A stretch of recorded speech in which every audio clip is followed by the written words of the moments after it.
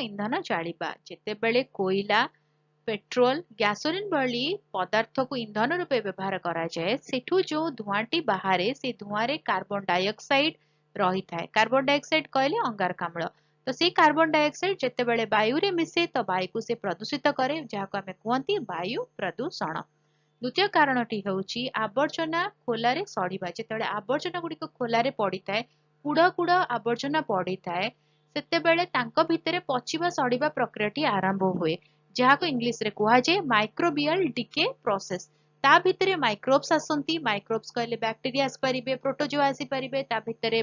virus आसी परिबे तो सेमाने भी आसंती आसिकी साहाय्य करंती कि डिके प्रोसेसटा केमती चलिबो तो सेतेबेले से डिके प्रोसेसटा चले से पचिबा सड़िबा प्रोसेसटा चले सेतेबेले गुड़ाए गैस रिलीज हुए जेपरि कि कार्बन नाइट्रोजेन मिथेन जो गुड़िक कि विषाक्त गैस जहाँ जेतेबेले वायुमंडल से मिसे सेतेबेले वायु को से प्रदूषित करे जे मिथेन गैस टी अत्यंत विषाक्त ताहा वायु रे मिसी वायु को बहुत परिमाण रे प्रदूषित करे तापरे आसे अन्य कारणटी हेउची आग्नेयगिरी उद्गीरण